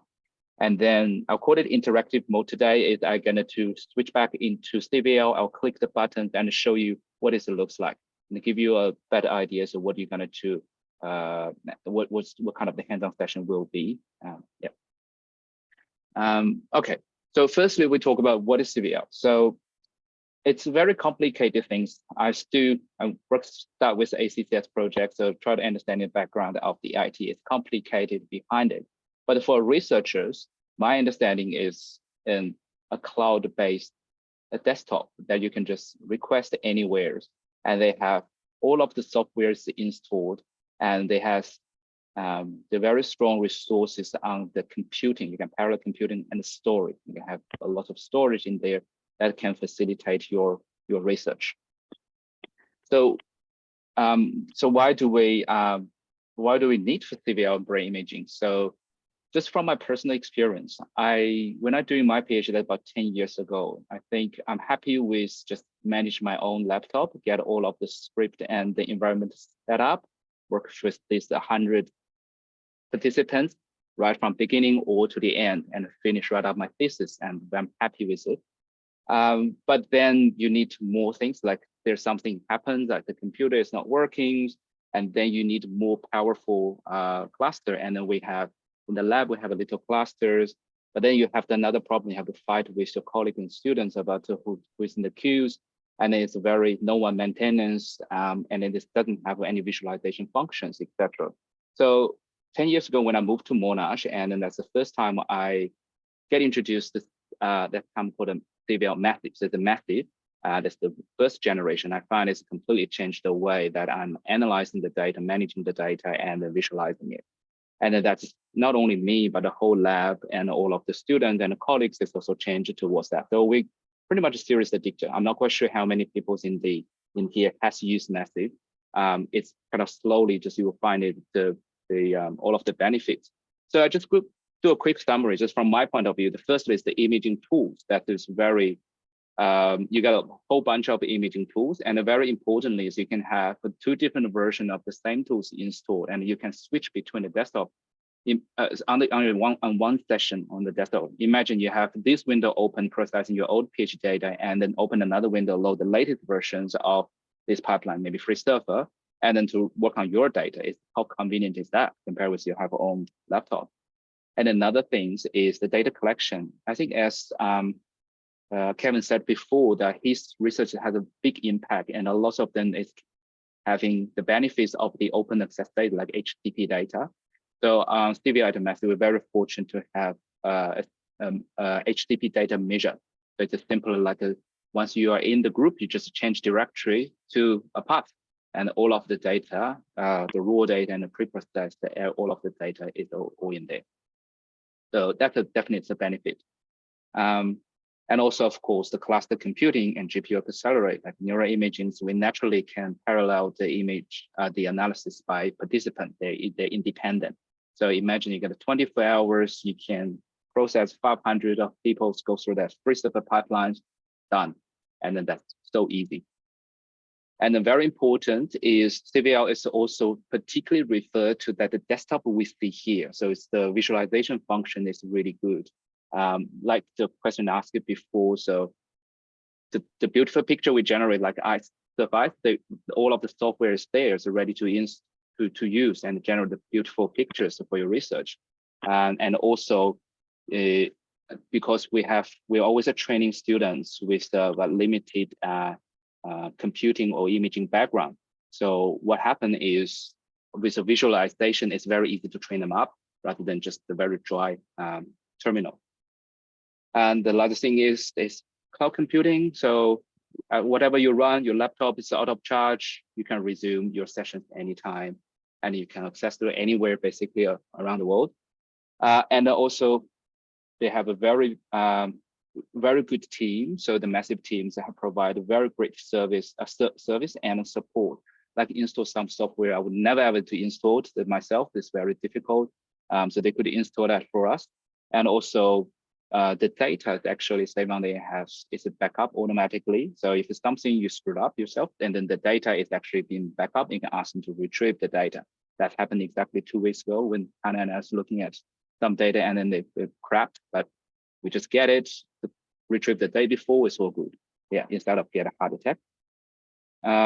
Yeah, there's other benefits and functions. So that is everything. Hopefully that can give you a brief ideas of what you're going to get for the CVL if you haven't used it before. Okay, so now I'm going to go into the first sessions is the things that Kevin is going to talk about, and then I believe Yuchi going to lead to the hands-on next week for this particular part. But I'll just today just briefly go through it, what it's going to look like for next week. So before we go into the eigenmode analysis, I just want to highlight for other structure imaging analysis, we have already touched base and then have recorded in the workshop before early this year. So the slides and then the screen record are all published. So that touch base with SPM, FSL, free server, that the common pipelines and how it's working parallelly. You take advantage of the parallel computing powers on CVL. Okay, so Kevin has already given a very good background introduce of the what is the eigenmode it is, what is the eigenmode analysis, eigenmode decomposition analysis it is. So for us to understand simply, you can imagine the function is like a black box. You throw something in there. So for example, particularly this one, instead of he already touched base a lot of things, we can do the decomposition. So we used to start from the very basic surface. So we have a brain surface and we start with this analysis, and you will get 2 types of result. The first one is the eigenvalues. So you will have an average of eigenvalues indicating how many eigenmodes you want to decompose it. For example, if we choose 200, you will have 1 by 200 vectors in there, and which one value is indicating the weight of each eigenmode. So Kevin will say that as a power, you can imagine that one, but that's just the 1 values for each mode. And all of this together will become the particular, a very unique DNA for this shape. And also another type of result you got is eigenfunctions. And here, so if you set up a 200, you get 200 eigenfunction. And you can see that's representing some of the spatial information. If you consider as like Fourier transform, the lower orders of the eigenmodes probably indicating some low frequencies information, like coarse scales. And then however, the higher ones indicating some high level. So this is for you to understand so that you know what's the input and output. So particularly for next Tuesday, what we're going to do is do decompositions of a surface.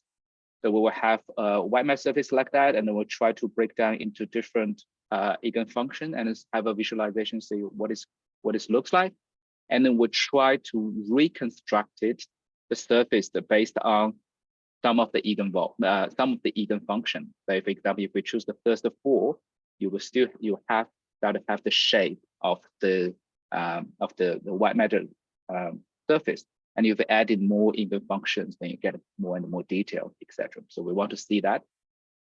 Okay, so just for the practice that we're going to use the HTTP data.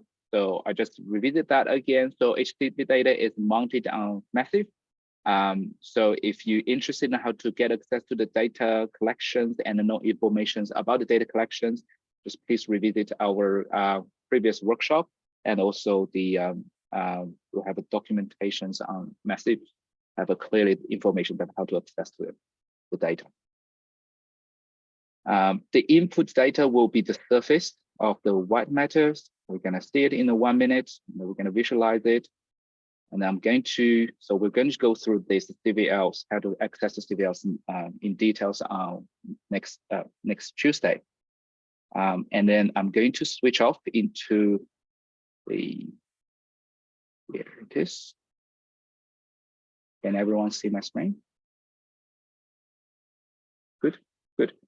Okay. So we're organizing the folders. When people will log in, you will see there's a folder into 3 different modalities in here. So let's look at the eigenmode. So here is the data, as I said before. Oops. Bit of lag here. So this is the input data. Okay, so it's an example output. So the input data is actually some just a random participants from HTTP data.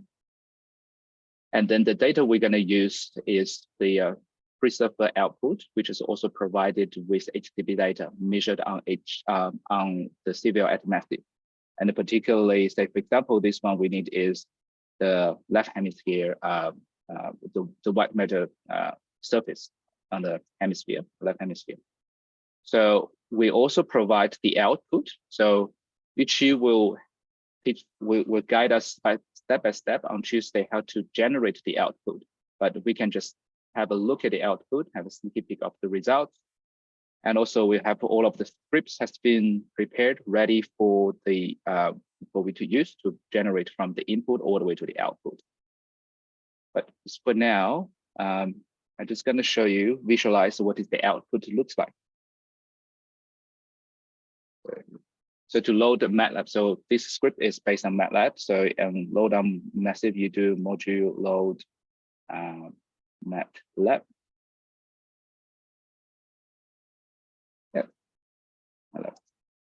And the MATLAB will be loaded. And of course, if you module load, specify which version it is, you can specify which exactly the version that you want for your MATLAB. Yep. Okay, once it's loaded, so we have all of the script as actually prepared in here, so that help us to do things step by step. So at the beginning, there is some of the setup. So on Tuesday, we're going to guide you through step by step to make sure that you can set up according to the data that we prepared for you. And then here is we load the surface.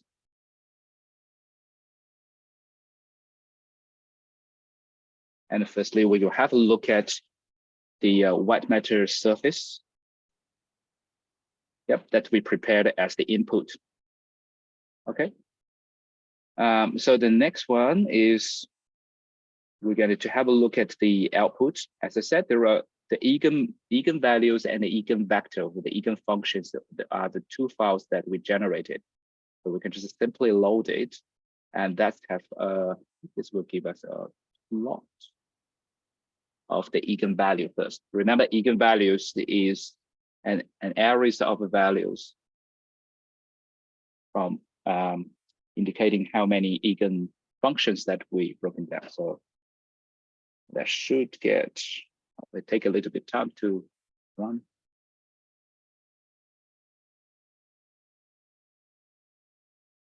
So it's interactive, so anything could happen. It's too busy.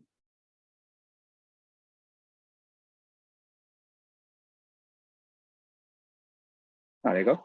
It's a bit slow, but we have this plot. So we have the eigenvalue index from 0 to 200. So indicated we've broken down to 200, and for each eigen for each eigenmode, you have a values indicating. So I can see this is very linear. YouTube will touch base on how to further process these eigenvalues to make it useful for the statistical analysis. And now we're going to have a look. So okay, so that's the eigenvalue. How about another important one, the eigenfunction? So we can run this, just have a look at the eigenfunction. But keep in mind that this is the eigenfunctions of the what is called the surface. All right, you can see the eigenfunction. Remember that I said before. So this is the eigenfunction number 2, and you can see it's showing. It's pretty much the same as my background. So it's the low spatial resolutions, the informations are here. And if they okay, if that is the correct, so I put these numbers a little bit higher. So we're breaking down into 0 to 200. Let's make it maybe 150. And then let's run that. So it should give me a much more busy plot that's indicating the high levels of the eigenfunctions, which is indicating some of the detailed information. Okay. So basically that is what we're going to get Tuesday. And if one day, if you want to apply this script on your data, it will bring up some interesting things you can explain. Finally, about this one is we want to do the reconstruction. Don't have time to run all of them, but I can select, if I select the first 5 of the eigenmode, you actually get this shape, which is very, it's still a bit different as the white matter surface that you can see. But if I make these numbers a little bit bigger, it will generate more details, and it will be more towards the original surface that you deconstruct. That's you feed into this model. So that's everything's preparing to show you what's the output.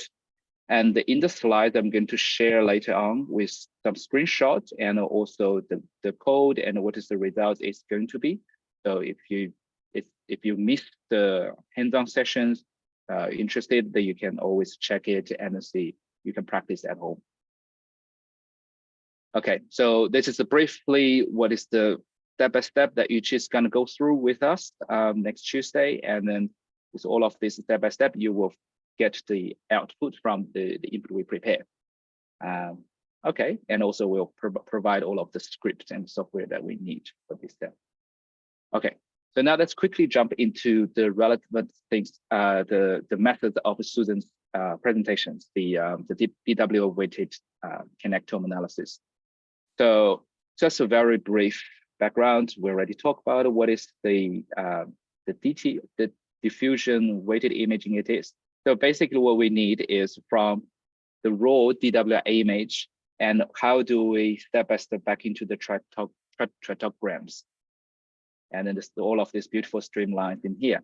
So you probably remember this complicated plot that Susan was presented. So pretty much on next Tuesday, we were going to take us step-by-step from here all the way to here. Okay, so where's the input? It is also prepared in here in the connectome folders in here. And once you open it, there will be the example outputs.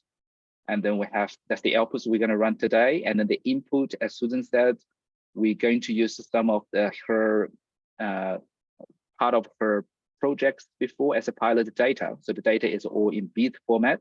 And if you're interested how the data is actually convert from DICOM to bit, and then the benefit of bit format, you can check back our workshop on the bit format with the link down here. Okay, so what we were gonna achieve next Tuesday is, this is the input and this is the output. We can generate a lot of files, and then we will get to have the chromatographies like that finally. Okay, and also we're gonna segment the T1 into the 48 nodes for the to get the connector matrix. All right, let me see. Oh, so now let's go to the interactive mode, and let's have a look. Say what we prepared here. As I said before, each different modalities will have their folders here. So this is the folders that for connectome analysis. We have all of the outputs now ready for people to visualize for today, and also have the input data, and also we have very well organized script here, already loaded up here to do the visualization. So what we want to achieve is, okay, if the persons who doesn't really know the script, so what they can do is they can open a terminal and basically copy and paste the script.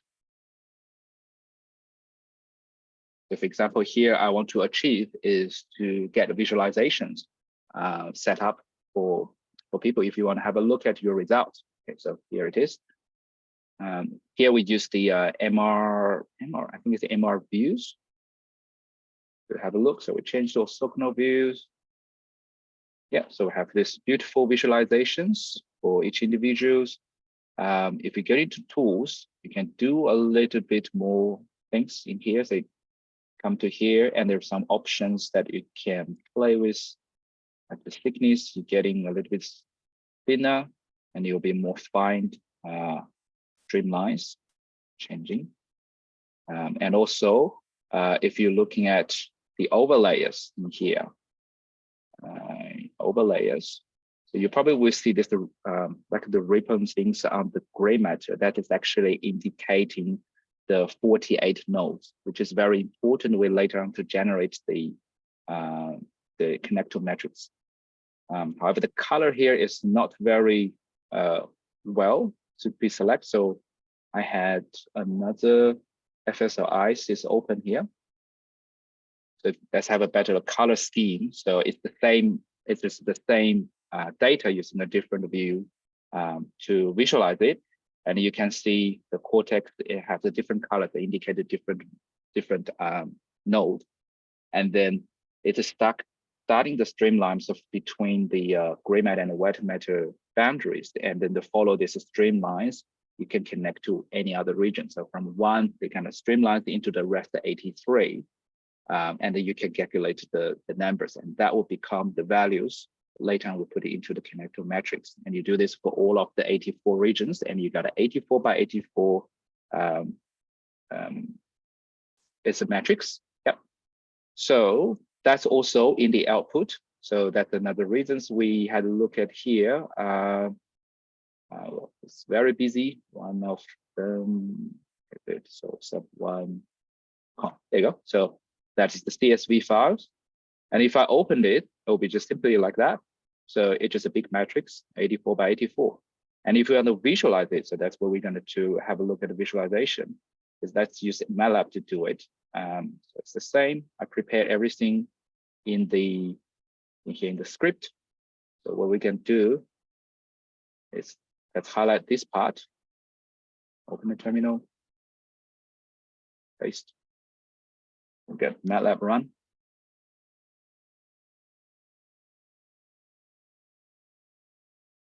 Yeah, say for here, we specifically to call a certain function. So certain versions of MATLAB. So I'll be open exactly that version it is. Sure, there's a lot of different versions of MATLAB. So I prepare some of the script out here. We can just simply load the file and do some plots. And I can explain what does that mean. So it's simply the CS file is just loaded in MATLAB, save as the variables here. And here's the connectome that people always see in the papers. And here's the histogram. It's telling us before we log transfer, that is the raw connectome matrix. You can see the information is very skewed towards 0, so that we need a log transfer in to get this plot. All right. Yeah, so that's everything I've prepared for today, the visualization. Let's go back to our talk. I also have all of the screenshot of step-by-step, how do we generate all of these visualizations. So if you're interested or want to replicate it, we have, if you have a CVL later, or you already have it now, welcome to OH21, Project OH21. I'll get all of this information shared with you. Yeah, so here's all of the information. And for Tuesday, so this is what we're going to go through. So we prepared this. Student has prepared the connectome syntax as a long script. So we're going to go through with everyone one step by step. And hopefully we'll have somewhere to jump through to make a little bit quicker. But eventually we want everyone to get a script, and this will be able, you can run later on CVL. All right. So the last but not least is the resting state function MRI. So it's a Kong toolbox. So don't have much time to go into detail, but if you just in general, so it's all about you get a time course of particular brain regions during the resting state function connections, and you get a time course trying to correlate it with the other part of the brain. So it could be the seed-based analysis or the functional connectivity-based connectome analysis. So that means that's what I mean and I covered in this part. So before we go to Kong toolbox, I really want to highlight this. There's a lot of other toolbox in there, like FMI Prep is one of the most popular ones. If you're interested, we touched that before on one of the sessions before on the BEAS format. So after organizing the data in BEAS format, you can just run MRI, QC it, FMI Prep easily, just go through it and get all the output. If you're interested, check back the workshop before. And there's another really bash-based toolbox is FSL. So people probably know it. And I think FSL provide a lot of basic functions for a lot of like MRTrix and also FMI Prep. So it's a very important one. And another whole suite of the toolbox is MATLAB based. So one of the most the long history one is SPM. I used it during my PhD. And then slowly there's other toolbox built on the SPM, some basic function and some of the pipeline itself. So Kong is a very it's very handy toolbox that you can just run it, and then there's lots of functions in there I'm going to show you, like DPass4 and there's others. So there's lots of functions there. So you can pick up the one that you like, but today we're focusing on Kong. Again, the same patterns. We have the data in here prepared. So for today, we have 10 participants. It's coming from small subsamples of the data that we have. It's already in BEAS format, and we only have the one session. So let's do some cross-sectionally simple replication. And then we have the output already processed just for today's visualization process. And then on the sessions for, so on Tuesday sessions, we'll probably provide less data and then let people to process it. And of course, we'll provide a script, which is mainly just Kong. Okay, so we're going to tell us how we get from here, the BEAS format, all the way into this output, seed-based or connectome analysis. All right.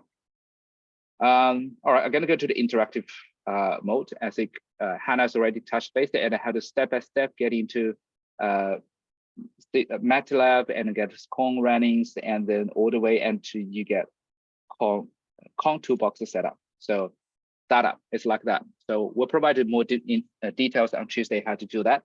And then we have already had the data I processed for that 10 participants here ready for us. So we can just simply load it, you open. Yeah, good. And then here's the interface. All right. So Hannah also talked about the import data. It's a very cool function I found. You can import from bits format, FMI prep output, or your own DICOM. They have DICOM sorter. So that part I can see the Kong toolbox has made a lot of efforts to make things smoothly transfer from what data you have to here. So it's very handy. And then the step one is basically after you load data, you can check all of the like the structure. So they have the 10 participants, they all loaded perfectly, function MRI. So that you can do some basic quality checks on here. So if the data has problems or not. Some other functions in here, we don't want to go to details, but in here, the covariance second level, of course, you can always come back to here. So this is where you put actually the whole design here. Say, for example, I get a 10 participant here. I just say the first 5 is group 1, and the second 5 is group 2. And you can easily produce a new, just create a new variables and then copy paste the vectors on here from your Excel, or just manually changing all of the elements. And this including covariance is the same thing. You can make a covariance in here. So once you get everything set up, then you can go to the pre-processing. So for our study, we're just doing the default pre-processing. But of course, if you add on here, there are lots of other processing pipelines that you're welcome to choose. And one thing I want to highlight, this is unique for CVL, is once you're on here, you can go this function. There's a few ways that you can process. You can do one person by one person. Also, you can save a script to run and use the SBash to do the parallel computing. But one of the handy things I always like is on CVL, you can use this called a background process. It only works for Linux and Mac. So you can set up how many threads you want to use. So you can set parallels just within this node. For example, probably will be more concrete. Once you have requested CVL nodes, you actually have a computer, and you can actually tell the computer have 6 cores. You have we call it 6 workers there. So if you leave one cell for you to do other things, you can easily parallel all of your processing to 5 cores just right on here on this desktop. And when you request that, it can increase not only 6, you can ask for 16 or 60. There's a maximum number you can get, but you can't reserve the whole node. But doing that, you can just actually reserve a really strong computers and you parallels it. And then everything, your computation time would divide it by how many times, how many parallels you did. All right, so I don't have time here. So if you click done, it would take time to take you to these sessions. I already done it, so I can quickly show you what it looks like. So on here, they're doing a lot of denoising things, get rid of the global signals, the trendings, quite a lot of things. And the very cool functions is you have this QA report. I generated one just for today. You can generate a lot of other things for you. Say, for example, you can get a lot of critical information just from here. So, you know, the quality control, and you can see some basic, but it's important things like maximal motions and validate scan. And you can check who's the outlier and just put in the report for yourself. Just a quick checkout. Yeah, I don't have time to show all of this, but it's very similar like the fMRI prep generates the report. Okay, so first level, as Hannah talked summary before, that's just all of the individual basic stuff. But in here, you actually can get all of the analysis that you want to include it. So on here by default, they would do RI to RI, which is connectome analysis, and a seed to voxel is the seed-based analysis. But if you click plus, you will see there's a whole bunch of analysis you can add in, like ICA, like alpha, it's A flat, right? How to pronounce it, but there's a lot of things you can add on. Just add in a button and click run. So it's as simple as that. And also, you can do some customize of your analysis. Say, I want a new node in here, so you can load some new nodes and add it on, so new seed. So you can customize your analysis. Okay. So once you've done that, you go to the very cool part, which is the result.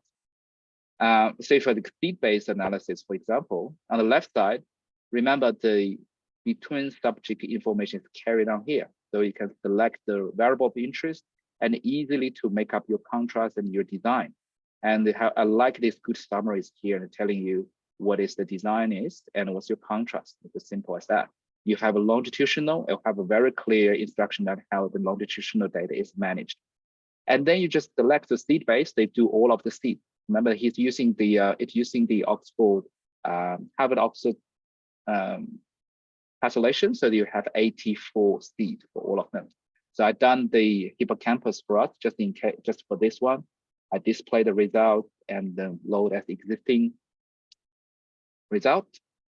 Yep, you will see, yeah, because only 10, we have the power issues, but you can always reduce it and reduce the threshold, and you see the activations.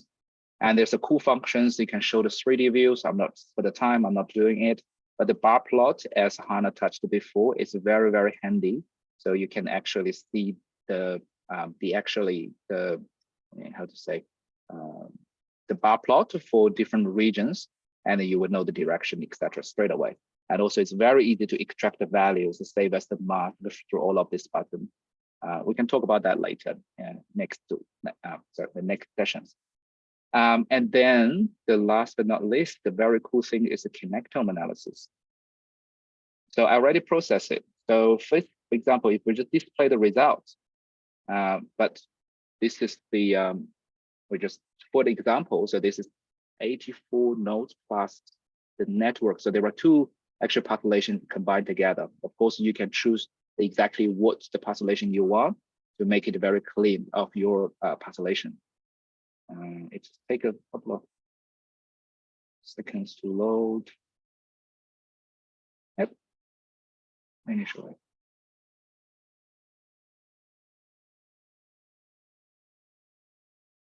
All right.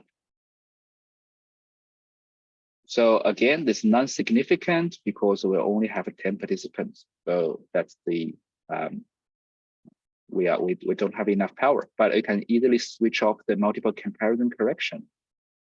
All right, and then that will bring something here. Yeah, and then you have those kind of science and nature plots that you want to see. And also they can provide some even more interesting plot, like the typical matrix plot, and also the they can do the crazy 3D renderings, and then you can select each track, and also you can select each cluster that also do the cluster for you. All right, so I'm not going to the detail, but again, so the data and the script is there. You're welcome to get it and do the visualization yourself. Because of the time, I don't have time to get this one. Is very cool functions. So remember all of the graphic results like centrality, cost, etc. small world measurements. You can actually click that buttons. You can threshold by the different threshold your network and generate those values to do the comparison straight away. You get all of the things that's ready for you rather than you have to code yourself. So yeah, so again, so if you go to the slides, I have the slides to guide through exactly what I've been showed people, and you can just by clicking the buttons, you can go through all of these findings. Then finally, I just want to thank the ACCS project, and also very grateful to have the HDP team at the Monash Research Center. So those people just provide the support from the CVL Massive, especially for the hands-on section next week. And thanks to the presenter, especially thanks to Sarah to organizing this event. Sorry. Finally, I will say with this slide with the our hands-on sessions. Please do register if you're interested, and if you have any questions, just email. Feel free to email me. Sorry. Thank you. Thank you, Dr. Su. Thank you very much for the great presentation. So I can see that we have two questions from Oren. The first one is that when using CVL, how easy is it to run CONN on the output of fMRI prep? Will you present it next week on the hands-on session? Yes, actually, I did look into that, but that won't be covered because we do from the bits format all the way to CON. So if you're interested in the fMRI prep input to CON, I think it really depends on how FM prep you which you're using the standard way, or there's some parameters that you tweak with, happy to look into that with you. But we did have a look before with Hannah. We find it a little bit difficult, but there's a forums and the Corn toolbox. They've been discussing at how to port the FMI prep results to Corn. Yeah, but I'm not touch base on Tuesday. But I'm happy to have a separate email thread or have a meeting with you. Let's look into that into detail. Thank you. And second question is, how easy is it to run NBS on the output of Con? Yeah, Will you that's demonstrate easy. it next week? That's quite easy. So it just you can just save the. I'll show you the output as it looks like. So you will actually see in the results folders of Con, you get all of the information saved in a very beautiful structures of the results. And you can actually find the connector matrix, and you can use that save as CSV file loaded directly in the NSV. However, however, if you look carefully in where is it? The connectome results before here. It's not. So if you use this pop-down menu, they can call the NSV multiple comparison correction method. So you don't need NSV. So the NSV is cooperate in here. So tick that box, and then they're gonna run the NSV way to do the multiple comparison correction. So that's actually quite easy. I hope that answers your question. Thank you very much. There's no question. There's actually one more question from Oren as well. How easy is it to run Con with ROI generated from FreeSurfer? It's a good question. So ROI generated from FreeSurfer, I believe you're not indicating for one region. So you're probably talking about a group of regions. So it will be this very similar as I showed before. So you can save that as long as those things is in. This is a little bit problems that if you want to run it in the raw space, in the sub individual space, that's a little bit complicated. But if you want to run in MNI space, then that's easy. You just load the parcellation that you generated from FreeSurfers into the Nifty format, and you can load it in Con, and Con will take it as a new ROIs, and you can remove all of the ROIs before and change to the ROIs that you generated. And I've done that before. It should work. Yeah. All right.